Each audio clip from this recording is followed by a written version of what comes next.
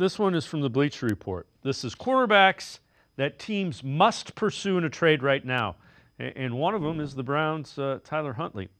Since no franchise will carry 4 quarterbacks in the regular season, the Browns need to cut or trade one of them. Given that DTR started 3 games in his rookie season, Cleveland would probably prefer to keep him around as a developmental quarterback behind Deshaun Watson and Jameis Winston.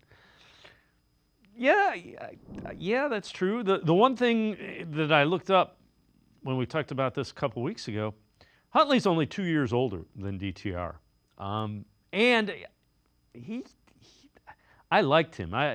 We saw him play. He started a couple games for the Ravens when Jackson was hurt. He's a problem for defenses. I thought it was a great pickup to get him.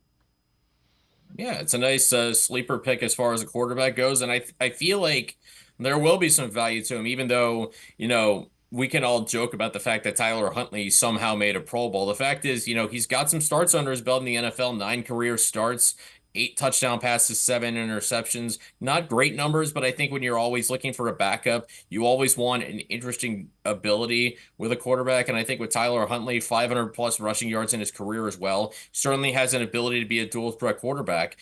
And, the thing with Tyler Huntley is I think we all know who the 1-2 of this Browns depth chart is going to be. It feels like DTR seems like from all the reports out there that DTR has done really well in camp, that he's really continued to improve heading into year 2, which I always thought was going to be important. That I think I said around when you get drafted, around when he got drafted, that he wasn't a guy that you wanted to play as a rookie.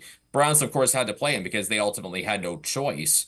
But certainly a guy who seems like he's earning his right to be the number 3 quarterback, and you never know how injuries are going to stack up and play out in a training camp across the NFL. And certainly Tyler Huntley can be a commodity down the road. I mean, we saw Josh Dobbs get traded last year for a 5th-round pick. So it's going to be interesting how these next few weeks play out as far as the health of quarterbacks go. Yeah, and the other thing is it may come down to which of those 2 quarterbacks a team is willing to give you a higher draft pick for.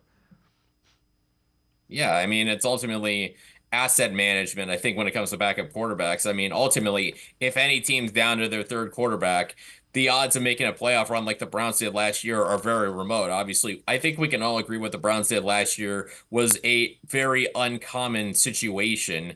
So just the fact that if you have to go to your 3rd quarterback, your season's probably doomed. So maybe it's a case where if you're somehow able to get a 4th-round pick for one of those guys, it's an easy decision, I think, for Andrew Berry.